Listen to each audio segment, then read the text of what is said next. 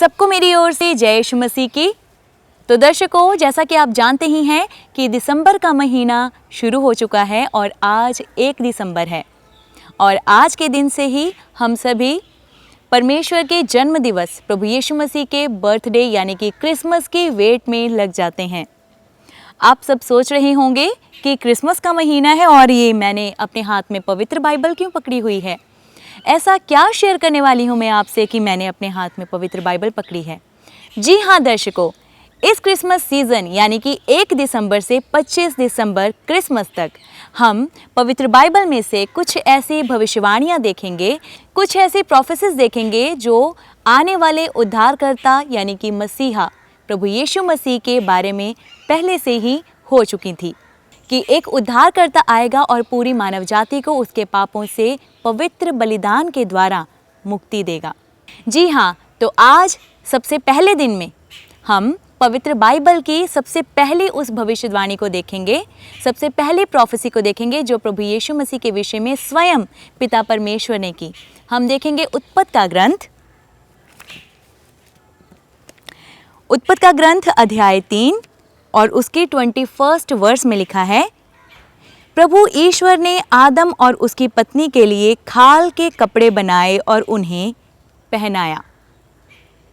अगर हम देखें कि ये प्रोफेसी तो खाल के बारे में है, चमड़े के बारे में है, क्योंकि जब आदम और हवा ने पाप किया, जब उन्होंने अनाज्ञाकारिता की तो उनकी आंखें खुल गई, उन्हें पता लग गया कि हम बिना कपड़ों के हैं और उन्होंने पाप के बाद अपने आप को अंजीर के पत्तों से ढक लिया। लेकिन परमेश्वर ने जब ये देखा कि उन्होंने अनाज्ञाकारिता की है, उन्होंने मेरे कहे हुए शब्दों का पालन नहीं किया है, तब परमेश्वर ने स्वयं एक मेमने का बलिदान किया। इसे हम कह सकते हैं कि यही सबसे पहला सैक्रिफाइस है बाइबल में जो स्वयं पिता परमेश्वर ने किया आदम और हवा के तन को ढकने के लिए। अगर हम साइंटिफिकली भी देखें या नॉर्मली भी देखें तो एक चमड़े को हम तभी फॉर्म में ला सकते हैं अगर हमने किसी जानवर को मारा है, तभी हम उसकी खाल यूज़ कर सकते हैं। तो इससे ये प्रूव होता है कि पिता परमेश्वर ने स्वयं एक मेमने को बलिदान किया और चमड़े से आदम और हवा के नंगेपन को ढका। और हम देख सकते हैं कि इनडायरेक्टली ये एक लहू और एक बलिदान की बात की गई थी, जो कि इस कहानी के पीछे एक बात में छुपी हुई है और इस बलिदान की बात इसी चैप्टर में छिपी हुई है। हम पढ़ते हैं चैप्टर 3 उत्पत्ति अध्याय 3 और उसकी 14 और 15 आयत। तब ईश्वर ने सांप से कहा, जब आदम और हवा पाप कर चुके थे, ये उसके बाद की बात है। तब ईश्वर ने सांप से कहा, चूंकि तूने यह किया है तू सब घरेलू तथा जंगली जानवरों में शापित होगा। तू पेट के बल चलेगा और जीवन भर मिट्टी खाएगा।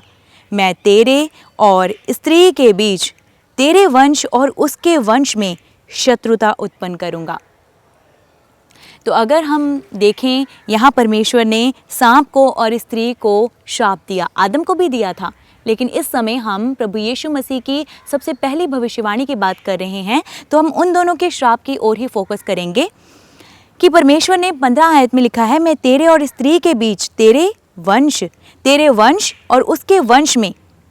अगर हम जनरली या साइंटिफिकली देखें तो कोई भी जो वंश है वो स्त्री से कभी भी शुरू नहीं होता, वो एक पुरुष से शुरू होता है।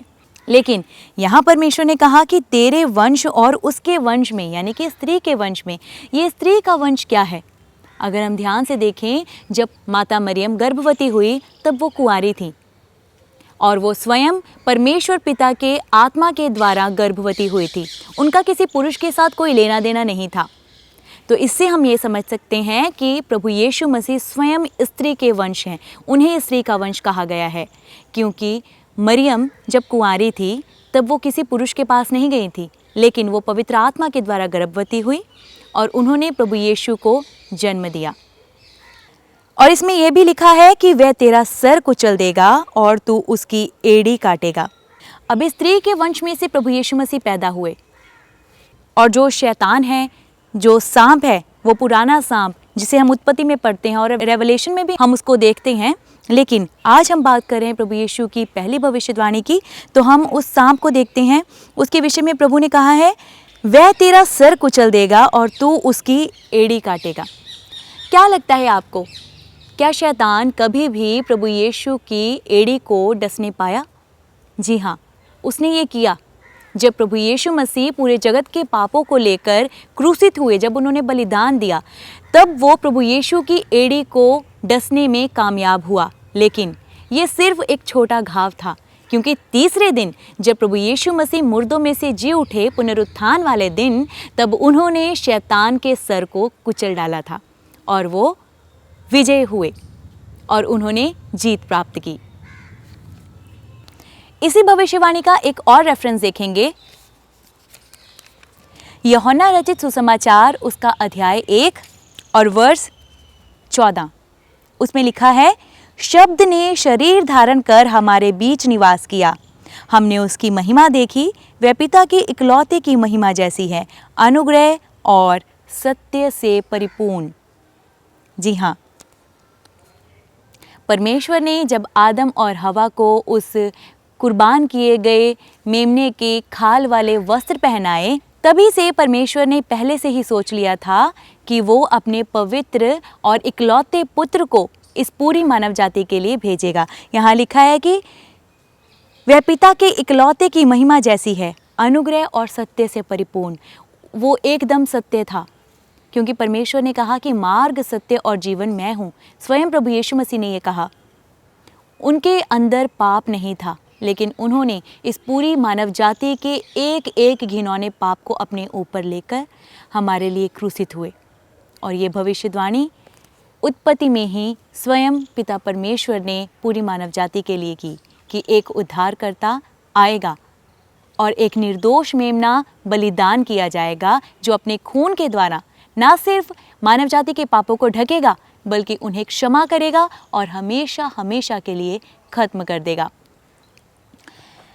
तो हम देख सकते हैं कि शुरू में ही जब परमेश्वर पिता ने अदन की वाटिका में आदम और हवा को रखा, जब उन्होंने अनाज्ञाकारिता की और उस फल को खा लिया जिसे खाने के लिए परमेश्वर पिता ने उन्हें मना किया था, और तब से ही परमेश्वर ने उनके साथ साथ पूरी मानव जाति की भी चिंता की, तो आज वो हमारी कितनी चिंता करता होगा।